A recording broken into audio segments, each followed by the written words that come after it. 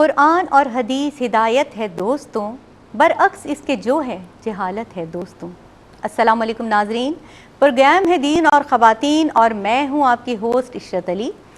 ناظرین، جیسا کہ آپ جانتے ہیں کہ گزشتہ 3 پروگرام سے ہم بات کر رہے ہیں کھانے پینے سے متعلق شرعی احکامات کے حوالے سے، تو یقین ہمیں ان احکامات کو جاننا ہے، احکام رسول صلی اللہ علیہ وآلہ وسلم کو جاننا ہے، سنتوں کو جاننا ہے، کیونکہ جس نے ان کو جانا، سنتوں کا مطالعہ کیا، قرآنی آیات کا، قرآنی صورتوں کا مطالعہ کیا، تو وہ متاثر ہو گئے اور دین اسلام میں داخل ہو گئے، مزید اس کے اوپر ریسرچ کرنے کے لیے راضی ہو گئے، اور یقیناً بحیثیت مسلمان ہمارا بھی فرض بنتا ہے کہ ہم قرآنی احکامات کو جانیں، احکام رسول کو جانیں، سنتوں کو جانیں، اور اس طرح جانیں کہ دل و جان سے ان کو اپنا لیں۔ صرف ہمارا مسلمان گھرانے میں پیدا ہونا کیا کافی ہے؟ یقیناً نہیں۔ الحمدللہ ہمارا تعلق مسلمان گھرانے سے ہے، لیکن یہی کافی نہیں ہے، ہمیں احکامات کو جاننا بہت ضروری ہے، سنتوں کو جاننا ضروری ہے، اور سنتوں کو اپنانا اس طرح ضروری ہے کہ ہم دل و جان سے ان کو اپنا لیں۔ ہم جانیں کہ رسول کریم صلی اللہ علیہ وآلہ وسلم کیسے کھانا تناول فرماتے تھے، کیسے استراحت فرماتے تھے، اور کیسے اپنی عبادات سر انجام دیا کرتے تھے، کیسے سفر مبارک پر تشریف لے جاتے تھے۔ غرض کہ ہر ادا کو، ہر آپ کے فعل مبارک کو جاننا ضروری ہے، اس پر عمل پیرا ہونا ضروری ہے، اور اسے دوسروں تک پہنچانا ضروری ہے۔ اللہ تعالی ہمیں توفیق عطا فرمائے۔ اور ناظرین کرام، جیسے کہ ہم نے پروگرام کے آغاز میں ہی عرض کیا کہ کھانے پینے سے متعلق شرعی احکامات کے حوالے سے ہم بات کر رہے تھے، تو ہم نے گزشتہ پروگرامز میں کھانے سے متعلق زیادہ باتیں کی، زیادہ رہنمائی فراہم کی۔ آج ہم پینے کے متعلق، کیونکہ یہ ایک ایسا عمل ہے کہ دن میں کئی مرتبہ ہمیں سر انجام دینا پڑتا ہے، پانی پیتے ہیں، چائے پیتے ہیں، کافی پیتے ہیں، جوسز، کولڈ ڈرنکس وغیرہ وغیرہ، تو جب اتنی مرتبہ یہ فعل سر انجام دیتے ہیں تو ہمیں اس کے حوالے سے شرعی احکامات کو جاننا بھی تو ضروری ہے نا۔ اسی حوالے سے گفتگو ہوگی، اور اسی حوالے سے گفتگو کرنے کے لیے ہماری شریک گفتگو جو آج یہاں اسٹوڈیو میں تشریف رکھتی ہیں، ہماری مہمانان گرامی، تو مجھے یہ کہتے ہوئے بہت خوشی ہو رہی ہے۔ ویسے تو روز ہی ہماری جو مہمان آتی ہیں میرے ساتھ، جو مطلب یہاں تشریف فرما ہوتی ہیں، تو ہم بہت کچھ جانتے ہیں، بہت کچھ رہنمائی حاصل کرتے ہیں، لیکن آج جو یہاں پر موجود ہیں تو ان کی خاص بات تو یہ ہے کہ میرا ان کا ملنا رہتا ہے، اور جب بھی میں ان سے ملتی ہوں تو کوئی نہ کوئی اچھی بات سیکھ کر اٹھتی ہوں۔ تو جناب ہمارے ساتھ تشریف فرما ہے محترمہ کنیز فاطمہ صاحبہ۔ السلام علیکم۔ وعلیکم السلام ورحمۃ اللہ، جزاک اللہ۔ بہت شکریہ، آپ آئی ہیں، پروگرام میں تشریف لائی ہیں، اور آج پہلی دفعہ میرے ساتھ تو کم از کم آج یہاں پر آپ تشریف فرما ہیں۔ ندا کے ساتھ تو ماشاءاللہ آپ کے پروگرام ہوتے ہی رہتے ہیں، آپ سے آج بھی رہنمائی لیں گے اور بہت کچھ سیکھیں گے انشاءاللہ تعالی۔ آپ ہی کے ساتھ تشریف فرما ہے ڈاکٹر فرزانہ عالمہ صاحبہ، آپ کا بھی بہت شکریہ، بہت اچھی طرح سے رہنمائی فرماتی ہیں جی آپ، جزاک اللہ۔ آپ ٹھیک ٹھاک ہیں؟ الحمدللہ، بہت شکریہ آپ دونوں کی آمد کا۔ اور ناظرین کرام، ہمارے ساتھ بیپر پہ موجود ہیں یہاں مفتی محمد اسحاق مدنی صاحب۔ السلام علیکم سر۔ جی وعلیکم السلام ورحمۃ اللہ وبرکاتہ۔ مزاج گرامی بخیر؟ اللہ کی رحمت ہے۔ آپ سے رہنمائی حاصل کریں گے، اور ہمیں بہت اچھا لگتا ہے کہ آپ اپنے مخصوص انداز میں جس طرح سے مختصر اور جامع ہماری رہنمائی فرماتے ہیں نا، تو کانسیپٹ کلیئر ہو جاتا ہے اور بہت کچھ سمجھ میں آتا ہے۔ تو بہت شکریہ آمد کا، اور آپ سے بھی رہنمائی حاصل کریں گے۔ سب سے پہلے میں آپ کی جانب آؤں گی، اور پہلا جو سوال ہے وہ امانت کے حوالے سے ہے، اور حضور پاک صلی اللہ علیہ وآلہ وسلم کے جن کے ہم پیروکار ہیں، تو آپ تو ایسے امین تھے کہ دشمن اور کفار مکہ تک آپ کو امین کہنے پر اور ماننے پر مجبور تھے۔ تو یہاں میں یہ بات پوچھنا چاہوں گی کہ کسی کو لوگوں کو کھانا کھلانے کے لیے رقم دی گئی، ٹھیک ہے نا، تو وہ اس کھانے میں سے اپنے لیے اور اپنے گھر والوں کے لیے لے سکتا ہے؟ ایک تو یہ بات ہو گئی۔ دوسری بات یہ ہے کہ کچھ لوگوں نے چندہ اکٹھا کیا اور اس چندے کی رقم سے کوئی چیز کھانے کی تیار کی، تو کیا وہ لوگ جنہوں نے چندہ اکٹھا کیا ہے سب مل کر کھا سکتے ہیں؟ مولانا صلی وسلم دائما ابدا علی حبیبک خیر الخلق کلہم۔ دیکھیں، اگر کسی نے کھانا کھلانے کے لیے رقم دی ہے کسی کو، تو سب سے پہلے دینے والے کی نیت دیکھی جائے گی کہ اس نے کس نیت سے رقم دی ہے۔ آیا وہ کفارات کی یا منت وغیرہ سے ریلیٹڈ تو رقم نہیں تھی، یعنی اس کی نیت معلوم کر لی جائے کہ یہ پیسے جو اس نے دیے ہیں کھانا کھلانے کے لیے، کس کو کھانا کھلایا جائے اس میں سے، کیونکہ احکامات الگ الگ ہیں۔ فقراء کو اگر کھانے کے لیے رقم دی ہے تو اس کے حوالے سے احکامات الگ ہیں، اغنیاء کو دی ہے تو الگ ہیں، اور بعض صورتیں ایسی بھی ہوتی ہیں کہ جن میں ہم فقراء اور غنی دونوں کو کھانا کھلایا جا سکتا ہے۔ اب اگر کسی نے منت مانی ہے کہ اللہ کی رضا کے لیے میں فقراء کو کھانا کھلاؤں گا، اب اس مد میں اگر اس نے رقم دی ہے تو پھر اس کا مصرف جو ہے وہ صرف فقراء ہی ہوں گے، یعنی صرف فقراء پر ہی وہ کھانے کی رقم صرف کی جائے گی، یعنی منت پوری کرنی ہے، یعنی منت پوری کرنی ہے، اور پھر اسے غنی نہیں کھا سکتے۔ حضور سیدی اعلیٰ حضرت سے جب فتاوی رضویہ میں سوال ہوا تو آپ نے یہی فرمایا کہ وَلْيُوفُوا بِنُذُورِهِمْ، کہ اس قاعدے کے تحت منت کی رقم جو دی جائے گی وہ اسی فقراء کو ہی دی جائے گی۔ اور اس کے علاوہ اگر کفارہ وغیرہ ہے، قسم کا کفارہ کسی نے ادا کیا ہے، یا روزے کا کفارہ کسی نے ادا کیا ہے، یا دیگر جو احکامات ہیں جن کے حوالے سے کفارے ادا کیے جاتے ہیں، ان کے ضمن میں اگر رقم ہے تو وہ بھی فقراء پر ہی تصدق کی جائے گی، فقراء ہی کھا سکتے ہیں۔ لیکن اگر کسی نے ویسے ہی کھانا کھلانے کی رقم دی ہے، یا محافل وغیرہ میں لنگر کے لیے رقم وغیرہ دی جاتی ہے، تو پھر وہ غنی اور فقراء دونوں کھا سکتے ہیں۔ اچھا ٹھیک ہے، یعنی دینے والے کی نیت پر ڈیپینڈ ہے۔ اور وہ جو چندے والی بات چندہ اگر کسی نے کیا ہے تو چندہ دیکھا جائے گا کہ چندہ خاص لوگوں کے لیے کیا ہے، مطلب فقراء کے لیے کیا ہے، تو پھر انہی پر تصدق کیا جائے گا۔ لیکن اگر چندہ کسی محفل وغیرہ میں، جیسے یوزلی لنگر کا اہتمام ہوتا ہے ہمارے یہاں، اور اس میں سب لوگ کھا رہے ہوتے ہیں، کسی غنی اور فقراء کی جو ہے تخصیص نہیں ہوتی، تو اس صورت میں پھر وہ چندے کا عمل، مطلب وہ خود بھی کھا سکتا ہے اور دوسروں کو بھی کھلا سکتا ہے۔ اور ایک صورت اس میں یہ بھی ہے کہ کسی نے رقم دی ہے اور اس نے تخصیص کر دی کہ فلاں گھر والوں کو یہ دینی ہے، تو پھر انہی کو دی جائے گی۔ اور اگر اس نے کوئی تخصیص نہیں کی اور اس نے پوچھ بھی لیا ہے کہ میں خود بھی کھا سکتا ہوں، اور وہ خود فقیر ہے جس کو رقم دی ہے، تو وہ خود بھی کھا سکتا ہے، اپنے گھر والوں کو بھی کھلا سکتا ہے۔ اوکے، اچھا ویسے بڑا اچھا ہو گیا یہ سوال، ہمارے لیے بڑا یوزفل اس لحاظ سے رہے گا کہ ابھی محرم کی آمد ہے اور لوگ چندہ کرتے ہیں، حلیم کی دیگیں بنتی ہیں اور وہ بانٹی جاتی ہیں لوگوں میں۔ تو بہت شکریہ، آپ کی جانب آؤں گے ڈاکٹر صاحبہ، اور یہ جاننا چاہوں گی کہ پانی پینے سے متعلق جو احادیث مبارکہ ہیں اور احادیث مبارکہ جو سے ہمیں جو رہنمائی مل رہی ہے، کچھ اس حوالے سے بیان فرما دیجیے۔ بسم اللہ الرحمن الرحیم، صلی اللہ علیہ یا محمد نور من نور اللہ۔ جی جیسے آپ نے اپنے انٹرو میں تمہیداً یہ گفتگو کی کہ پانی سے ہمارے مطلب بار بار پینا پڑتا ہے، کھانا تو ہم پھر بھی 2 یا 3 وقت کھاتے ہیں، لیکن پانی زیادہ مقدار میں پیا جاتا ہے، تو اس حوالے سے پڑتا ہے کھانا اگر کچھ عرصے تک نہ کھائیں تو پھر بھی زندہ رہ سکتے ہیں، لیکن پانی کے بغیر زندہ نہیں رہ سکتا انسان۔ پانی ویسے بھی زیادہ پینا چاہیے میڈیکلی پوائنٹ آف ویو سے بھی۔ اور دیکھیں اللہ تعالیٰ نے خشکی 3 حصوں پر خشکی ہے اور 3 حصوں پر پانی ہے دنیا میں، اگر دیکھیں تو 3 حصہ پانی اور 1 حصہ خشکی ہے، یہ ایک بڑی دلیل ہے جی۔ اور اگر ہمارے اپنے بلڈ میں بھی دیکھیں تو اس میں جو کمپوزیشن ہوتی ہے تو اس میں جو پانی کی مقدار زیادہ ہوتی ہے، اور ویسے بھی پانی ہر مطلب ڈائجیشن کے لیے بھی ضروری ہے، تو پانی کی مقدار ویسے بھی زیادہ انٹیک کرنی چاہیے۔ ہمارے یہاں یوزولی پانی نہیں پیا جاتا، صرف کھانے کے دوران ہم پیتے ہیں۔ اب احادیث مبارکہ کی روشنی میں آپ کہہ رہی ہیں کہ کیا آداب ہمیں ملتے ہیں، تو حضرت ابن عباس رضی اللہ تعالیٰ عنہ سے روایت ہے کہ سرور کونین صلی اللہ تعالیٰ علیہ وآلہ وسلم نے فرمایا کہ ایک سانس میں پانی نہ پیو جس طرح اونٹ پیتا ہے، بلکہ 2 یا 3 سانسوں میں پیو، یعنی 3 گھونٹ میں پانی پیو۔ جب پیو شروع کرو تو بسم اللہ کہو، اور جب اینڈنگ پر آپ پانی پی چکو تو الحمدللہ کہو۔ اور ایک اور روایت میں اس طرح آتا ہے جو حضرت انس رضی اللہ تعالیٰ عنہ سے مروی ہے کہ سرور کونین صلی اللہ علیہ وآلہ وسلم 3 سانس میں پانی پیا کرتے تھے۔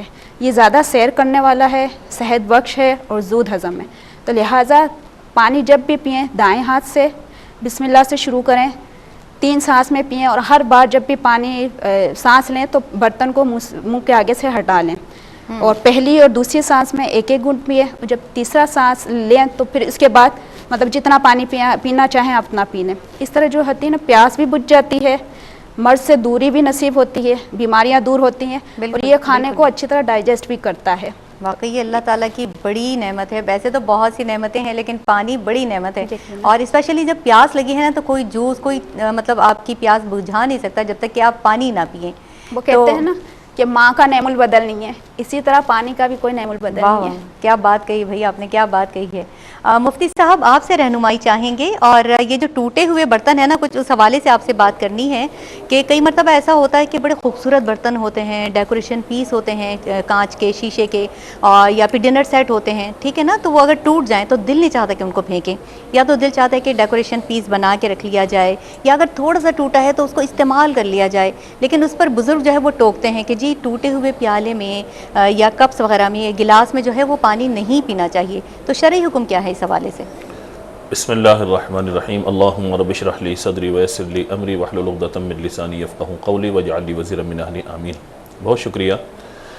کھانے اور پینے کے آداب میں جس طریقے سے ہمیں یہ احتیاطیں بتائی گئی ہیں، کچھ سنتیں ہیں، کچھ آداب ہیں ان کے کھانے اور پینے کے اعتبار سے، جس طریقے سے کھانے سے پہلے ہاتھ وغیرہ دھونے کے اعتبار سے بیان کیا گیا اور کھانے کے بعد ہاتھ وغیرہ دھونے کے اعتبار سے بیان کیا گیا، کھانے سے پہلے یا پینے سے پہلے بسم اللہ کا ذکر ہے، اور آخر میں اختتام پر اللہ تبارک و تعالیٰ کے شکر کی ادائیگی کی نیت سے الحمدللہ وغیرہ کہنا چاہیے۔ اسی طرح سے ایسا پانی کہ جو بہت زیادہ ٹھنڈا ہو اس کو پینے کی بھی ممانعت کی گئی ہے کہ عام طور پہ جو گلا وغیرہ پکڑ لیتے ہیں بہت زیادہ ٹھنڈا یخ پانی جو پیتے ہیں۔ اچھا، اسی طریقے سے جو آداب ہیں جہاں پینے کے اعتبار سے وہاں ان برتنوں میں کہ جن میں ہم نے کھانا کھانا ہے یا پانی پینا ہے ان کے بھی آداب ذکر کیے گئے۔ جس طریقے سے سونے چاندی کے برتنوں میں کھانے پینے کی ممانعت کی گئی ہے اور یہ بات پہلے ہو چکی ہے۔ اسی طریقے سے تنگ دستی کے حوالے سے جو باتیں ذکر کی گئیں ان میں ڈائریکٹ احادیث مبارکہ سے تو اس طرح کے احکام ہمیں نہیں ملتے، لیکن ٹوٹے ہوئے پیالے کے اعتبار سے بہرحال یہ حکم دیا گیا کہ ٹوٹے ہوئے پیالے میں پانی نہ پیا جائے۔ اب ہوتا کیا تھا کہ اس دور میں مٹی کے پیالے یا کانچ کے پیالے وغیرہ ہوتے تھے یا آج موجود ہیں، تو لہٰذا جب ہم ان کو پیتے ہیں تو اگر ٹوٹی ہوئی جگہ سے پانی پی رہے ہیں تو ہونٹ وغیرہ کٹ جانے کا اندیشہ اس میں ہوتا ہے، اور اس کے علاوہ جو ہے اگر اس کو اس طریقے سے آپ کر کے دوسری طرف سے آپ پی رہے ہیں تو پیا تو جا سکتا ہے اس میں، لیکن یہ خلاف ادب ہے کہ اللہ تبارک و تعالیٰ کی نعمت کو آپ ان چیزوں کے اندر استعمال کر رہے ہیں کہ جو مطلب ٹوٹی ہوئی چیزیں ہیں، اور تنگ دستی کے حوالے سے بھی اس بات کو ذکر کیا گیا۔ اچھا، یہ جو آپ بات بتانا چاہتے ہیں نا تنگ دستی کے حوالے سے، تو پلیز اگر ہم اس کو بریک کے بعد لے لیں اور صحیح طریقے سے۔ بہت شکریہ جی، جزاک اللہ۔ ناظرین کرام، مفتی صاحب اپنے مخصوص انداز میں ہماری رہنمائی فرما رہے تھے، اور اسپیشلی ہم نے آج پانی کے حوالے سے بات کرنی ہے کہ شرعی احکامات کیا ہیں۔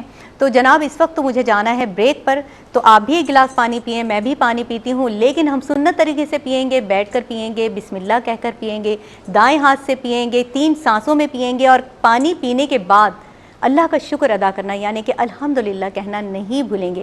تو آپ بھی پانی پئیں، ہم بھی پانی پیتے ہیں، ملتے ہیں بریک کے بعد۔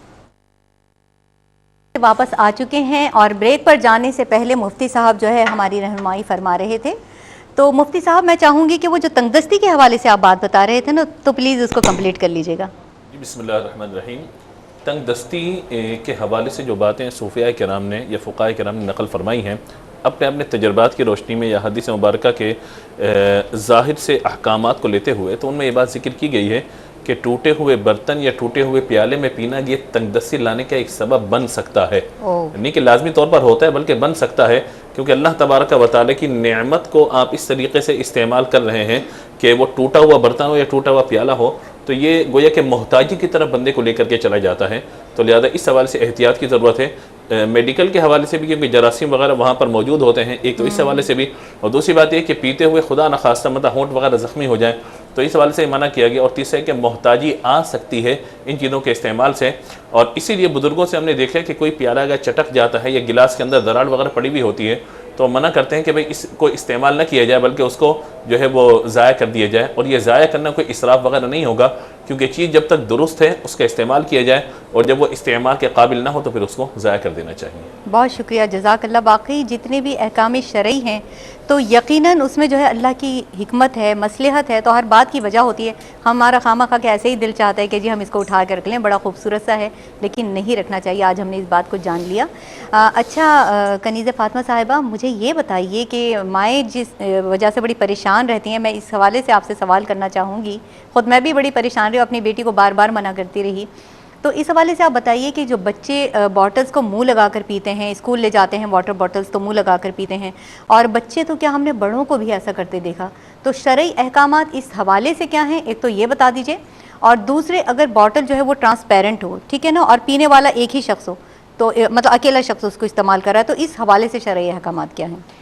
دیکھیں، بوتل کو منہ لگا کر پانی پینے میں کوئی حرج نہیں ہے، اسپیشلی اس صورت میں جب ہمارے پاس صرف باٹل ہی موجود ہوتی ہے اور گلاس موجود نہیں ہوتا، اگر ہم باہر کہیں جا رہے ہوں تو گلاس نہیں ہوتا۔ اس حوالے سے شرعی احکامات یہی ہیں کہ پینا جائز ہے۔ ہاں، آقا کریم علیہ الصلوۃ والسلام نے جہاں مشکیزے کو منہ لگا کر پینے سے منع فرمایا تو وہاں ہم سبب دیکھیں گے کہ کیا تھا۔ مشکیزہ جو ہوتا ہے اس وقت اس میں جھانک کر دیکھا نہیں جاتا، یوزلی اگر جانور وغیرہ ہو، یا اس وقت اتنی احتیاط نہیں ہوتی تھی، گھروں میں جو ہے وہ جانور وغیرہ بھی ہوتے تھے، تو اس لیے مشکیزے کو منہ لگا کر پانی پینے سے منع کیا گیا ہے کہ اگر اس کے اندر کوئی چیز ہو تو وہ دیکھ لی جائے پہلے تو اچھی طرح، اسی لیے برتن میں ڈال کر پھر اسے پینے کا حکم دیا۔ اور جھوٹا بھی ہو جائے گا نا، کیونکہ مشکیزے میں زیادہ پانی ہوتا ہے تو اور بھی لوگ استعمال کریں گے تو جھوٹا ہو جائے گا، ہے نا۔ اور یہاں یہ سبب چونکہ نہیں پایا جاتا، ایک تو اسپیشلی انسان کی ہر ایک کی اپنی بوٹل ہوتی ہے، اور اگر گلاس موجود نہ ہو تو اسے بھی منہ لگا کر پینے میں کوئی حرج نہیں ہے، اگر ٹرانسپیرنٹ ہو تو اس میں بھی ظاہر ہے کوئی حرج نہیں ہے۔ اچھا کسی کا جھوٹا پانی پی سکتے ہیں؟ اور یعنی کسی کا اگر جھوٹا ہے تو حدیث پاک ہے سور المؤمن شفاء کہ مومن کے جھوٹے میں شفا ہے، اور اگر کوئی پانی پیتا ہے اور شفا کی نیت سے پیتا ہے تو اسے شفا بھی جو ہے وہ حاصل ہو سکتی ہے اس نے نیت کی بنا پر۔ تو کسی مسلمان کا مطلب جھوٹا پانی پینے میں کوئی حرج نہیں ہے، اگر خواتین میں پی لیں کوئی حرج نہیں ہے، مرد حضرات میں پی لیں تو اس میں بھی کوئی کباہت نہیں ہے، بلکہ حدیث پاک میں ہمیں شفا نظر آتی ہے۔ اور اس میں اسلاف کے واقعات ہیں، 2-3 واقعات بھی مجھے یاد آ رہے ہیں، لیکن چونکہ پروگرام میں ٹائم نہیں ہے اس وجہ سے میں اسے بیان نہیں کر رہی، طویل واقعات ہیں۔ اگر اس طرح مختصر پینے کر کے سے ہماری رہنمائی کے لیے بتا سکتی ہیں تو اس پلیز۔ طرح پینے سے جو ہے وہ شفا حاصل ہوتی ہے۔ ایک شخص کے پاس جو ہے وہ ایک بزرگ کے پاس ایک شخص آیا اور انہوں نے اس کا جھوٹا پانی اپنے بیٹے کو پلایا جو کہ بہت زیادہ فاسق و فاجر تھا، تو اس نیت سے مطلب اس آدمی نے اپنے دل میں نیت کی کہ میں ان کا جھوٹا پانی اپنے بیٹے کو اگر پلا دوں تو اسے شفا حاصل ہو جائے گی، تو اس سے اسے شفا بھی حاصل ہو گئی۔ اس طرح کے واقعات ہمیں ملتے ہیں، تو اگر پلایا جائے تو کوئی حرج بھی نہیں ہے۔ آپ نے بہت اچھی بات بتائی۔ دیکھیں اللہ تعالیٰ ہمارے گمان سے بھی زیادہ نزدیک ہے، اور جیسے ہم گمان کرتے ہیں، جیسے نیت کرتے ہیں نا، اللہ ہمیں دیتا بھی ایسا ہی۔ لیکن اگر کوئی نہیں پیتا پانی کسی کا جھوٹا تو اس میں بھی اسے بلیم نہ کیا جائے، اس میں بھی کوئی حرج نہیں ہے، یہ انسان کے اپنے اوپر ڈیپینڈ ہے۔ مطلب کوئی زیادتی نہیں ہے، کوئی سختی نہیں ہے کہ جی آپ کو کرنا ہی ہے، ٹھیک ہے، کانسیپٹ کلیئر ہو گیا۔ اچھا آپ سے میں یہ معلوم کرنا چاہوں گی کہ احادیث مبارکہ میں پانی پینے کے حوالے سے جن جن امور سے ہمیں منع فرمایا گیا، پہلے تو ہم نے کھانے کے حوالے سے جانا تھا نا، آج پانی پینے کے حوالے سے بتائیے کہ کن کن امور سے ہمیں منع فرمایا گیا۔ بسم اللہ الرحمن الرحیم۔ حضرت ابن عباس رضی اللہ تعالیٰ عنہ سے مروی روایت ہے کہ نبی پاک علیہ الصلوۃ والسلام نے برتن میں سانس لینے سے اور پھونکنے سے منع فرمایا ہے۔ دیکھیے پھونک تو وہ ہوا ہماری اندر کاربن ڈائی آکسائڈ جو اندر جائے گی، ہم پھونک ماریں گے تو اندر کی ہوا جائے گی تو اس میں جرمز ہوتے ہیں، تو نبی علیہ الصلوۃ والسلام نے برتن میں پھونکنے سے بھی منع کیا ہے۔ اور ایک یہ جو شروع میں نے بتائی کہ اونٹ کی طرح پانی مت پیو، تیزی کے ساتھ 3 گھونٹ میں پیو۔ اور ایک یہ ہے کہ سونے چاندی کے برتنوں میں کھانا پینا بھی حرام ہے۔ نبی علیہ الصلوۃ والسلام نے فرمایا کہ جو شخص چاندی کے برتن میں پانی پیتا ہے تو وہ اپنے پیٹ میں جہنم کی آگ کو کھولاتا ہے۔ اچھا کھڑے ہو کر پانی پینا، مطلب اس میں دونوں طرح کی روایت ملتی ہیں کہ ایک میں یہ سمجھ میں آتا ہے مکروہ تنزیہ ہے اور ایک میں مکروہ تحریمی ہے۔ تو مطلب ادب کا احتیاط کا تقاضا یہ ہے کہ کھڑے ہو کر پانی نہ پیا جائے۔ اور میڈیکلی پوائنٹ آف ویو سے بھی اس میں بہت زیادہ مطلب آپ کا اسٹمک ڈیمیج ہوگا، آپ کا لیور ڈیمیج ہوتا ہے، جوڑوں کا درد ارتھرائٹس کہلاتی ہے، ارتھرائٹس بیماری وہ ہوتی ہے۔ تو میڈیکلی اگر طبی حوالوں سے بھی دیکھیں، طبی نقطۂ نظر سے بھی، تو اس کی بہت سارا مطلب کھڑے ہو کر پینا، یہ جو ممنوعات نبی علیہ الصلوۃ والسلام نے بس اگر بیان فرما دیے تو پھر تو ہمیں میڈیکل کی طرف جانا ہی نہیں چاہیے، اسی پر آنکھ بند کر کے عمل کر لینا چاہیے۔ بالکل بالکل۔ اچھا بائیں ہاتھ سے پینا؟